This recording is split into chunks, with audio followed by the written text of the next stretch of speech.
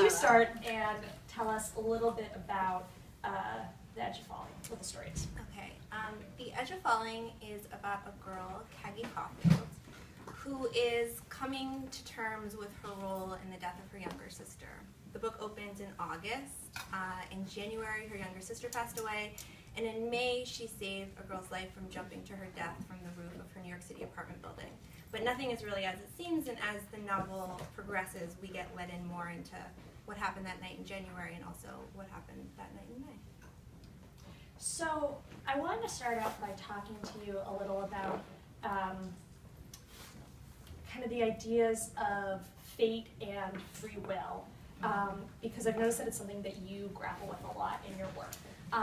And so I had the idea to bring this up with you when I saw you speak at the New York City Teen Author Festival a couple weeks ago.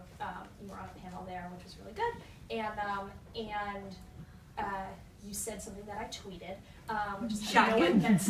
Yeah, I tweeted something said by Rebecca.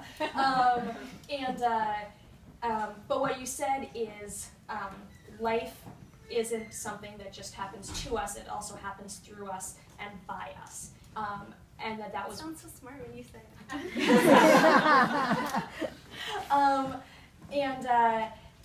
And I thought that was really interesting because it's kind of this like bold statement of like we're in charge of our own destinies, which I think is also a concept that you looked at a lot in your first book, When You Were Mine, of kind of this question of like, you know, are we fated to be together, and the question of death, and like how much say do you get over that, and then to see you come back to in this book I thought was really interesting. So yeah.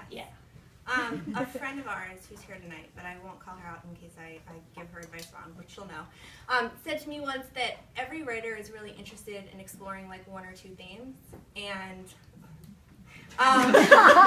everyone knows.